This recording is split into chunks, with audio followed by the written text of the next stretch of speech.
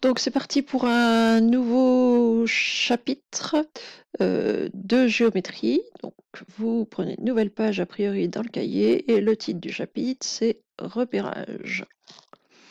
On va travailler dans le repérage sur des choses que vous avez déjà au moins en partie vues au collège.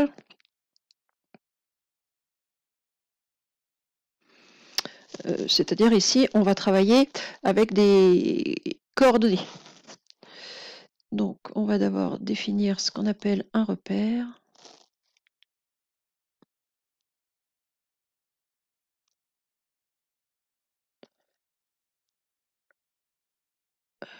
Repère et coordonnées d'un point.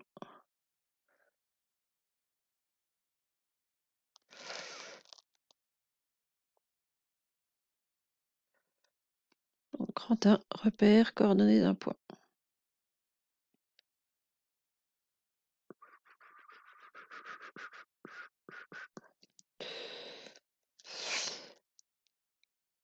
Alors, pour faire un repère, il vous faut 3 points. C'est-à-dire, on n'a pas, en général, quand on... les repères que vous avez vus au collège, ce sont ce qu'on appelle des repères dits orthonormés, c'est-à-dire avec 2 axes bien perpendiculaires, la même unité sur chacun des 2 axes. Alors, c'est pas obligatoire, hein. Pour former un repère, il suffit de 3 points non alignés. Donc, en général, ces 3 points-là s'appellent O, I et J. Si 3 points O, I et J sont non alignés, c'est-à-dire qu'ils ne sont pas sur une même droite, alors on peut définir le repère OIJ. On peut définir le repère O, I, J. Donc dans ce repère, donc si je fais un dessin,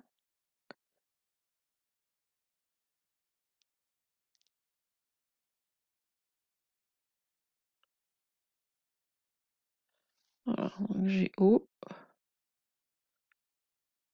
I, J. Ça pourrait être un repère. C'est pas un repère standard, traditionnel, mais ça pourrait tout à fait être un repère. Donc 3 points non alignés. Et à ce moment-là, la lettre que j'ai mis en premier, alors O porte un nom. O, c'est ce qu'on appelle l'origine du repère. Donc la première lettre que vous avez dans votre nom de repère, c'est l'origine. Là, normalement, je vous apprends rien. Ensuite, le premier axe, c'est-à-dire celui qui va de O à la première lettre, c'est-à-dire OI. Donc c'est une droite, hein. OI, c'est l'axe. Donc le premier des deux, c'est l'axe des abscisses. Et puis le deuxième, OJ, est l'axe des ordonnées.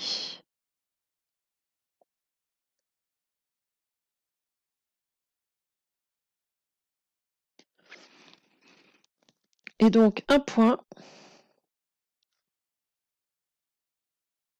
si je prends un point quelque part, un point M, il faudrait que ce soit à peu près parallèle mon affaire, c'est pas terrible ça.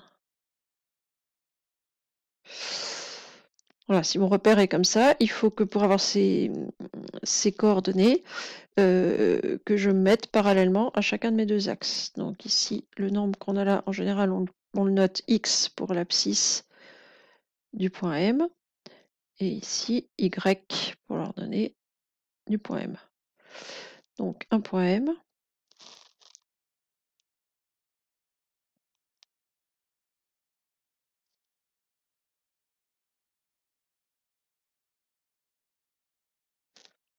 Est défini par ses coordonnées.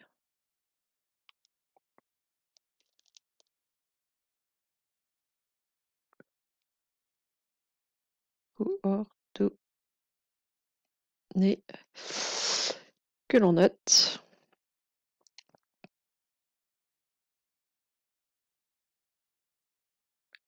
M, donc le nom du point. On met pas de égal, on met une parenthèse avec l'abscisse du point M et l'ordonnée du point M.